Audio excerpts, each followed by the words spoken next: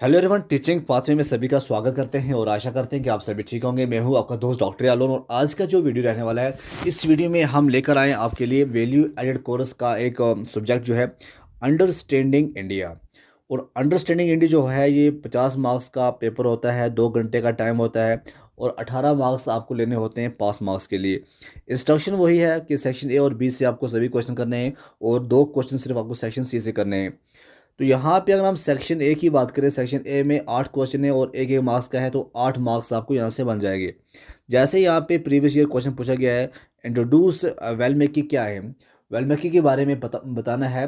जैसे वाल्मीकि जो है ये एंशंट इंडियन सेज आप कह सकते हैं, इन पोइट कह सकते हैं, तो जिनको रामायण में लिखा गया है और रिकॉर्डेड एज द आदि केवी फर्स्ट पोइट। तो फर्स्ट पोइट जो है ये वाल्मीकि को कहा गया है। दूसरा क्वेश्चन कहता है हु वाज पनेनी। पनेनी क्या है? तो पनेनी जो है ये एक इंशर्ट संस्कृत ग्रामेरियन है, जिसे हम कहते हैं अस्थादिया। ये foundation text on Sanskrit grammar and linguistic.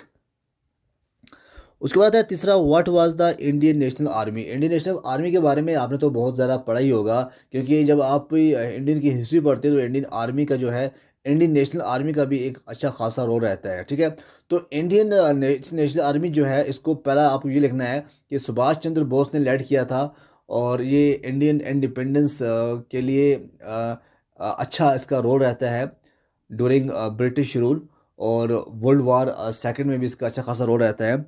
What are the 4 noble truth of Buddhism. 4 कौन कौन से हैं? 4 नोबल ट्रूथ के अंदर क्या कुछ आता है? पहला आता है दुखा इन्वॉल्व्स लाइफ इन्वॉल्व्स सफरिंग। दूसरा आता है समुदिया। समुदिया का मतलब होता है cause for suffering, mainly desire and attachment. तीसरा आता है निरोधा, suffering can be ended by overcoming desire. और चौथा आता है मागा। तो ये 4 जो हैं नोबल ट्रूथ हैं। उसके बाद आता है what is Aryabhatta famous for. Aryabhatta जो है किस लिए फेमस थी? तो क्वेश्चन नंबर ये 5 पूछा गया है, 1 मार्क्स का है। तो Aryabhata was a 5th century Indian mathematician astronomer known for his work on zero trigonometry and astronomy. Skill India mission क्या है?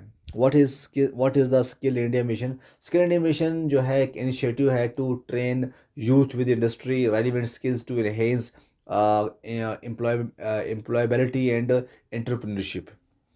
Who were the Kushanas. Kushanas कौन थे? कुशनाज जो थे ये सेंट्रल एशियन रूलर थे, जो इन्होंने कंट्रोल किया था इंडिया का पार्ट, सेंट्रल एशिया का पार्ट। ठीक है, और ये ट्रेड को प्रमोट कर रहे थे, कल्चर का एक्सचेंज कर रहे थे। What is the preamble. Preamble क्या होता है बच्चों? प्रियम्बल जो है इसे हम कहते हैं is the introductory system of Indian constitution. क्या बोलते हैं हम? जो कि हाईलाइट करता है principles like justice, liberty, equality, fraternity. ये आपको हमें बताता है। उसके बाद सेक्शन बी से जो क्वेश्चन पूछे गए हैं, 5-5 मार्क्स के क्वेश्चन हैं। आर में क्वेश्चन है, जैसे ये आर में है, ये आर में है और ये आर में है।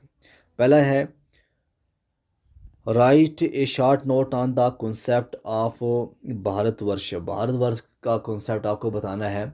जैसे आप एंशिएंट टेक्स्ट पढ़ोगे, महाभारत एंड पुराणास, इसने इंडिया की जोग्राफिया को, इसके कल्चर को, इसके स्पिरिचुअल आइडेंटिटी को किस तरह से डिस्क्राइब किया गया है, तो ये आपको पढ़ना लिखना पड़ेगा। Was the revolt of 1857 the first war of independence. क्या लगता है आपको? तो हम कह सकते हैं इसको क्या कुछ कह सकते हैं। Write briefly about Indian contribution to mathematics का क्या है?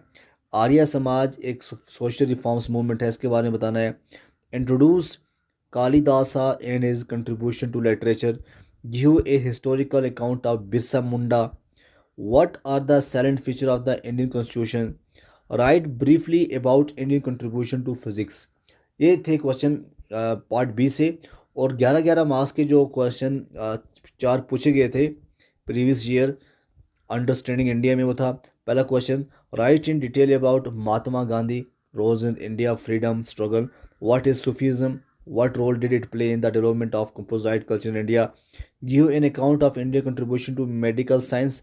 और लास्ट था what is the historical significance of revolt of 1857। तो ये थे कुछ क्वेश्चंस जो कि मुझे लगा कि इस पेपर को मैं आपके साथ डिस्कस करूं थोड़ा बहुत, ताकि आपको एक थोड़ा लिंक मिल जाए, आगे आने वाले पेपर में आप इजी कर पाएँ। तो जुड़िए हमारे साथ टीचिंग पाथ में, तब तक के लिए खुदा हाफिज़।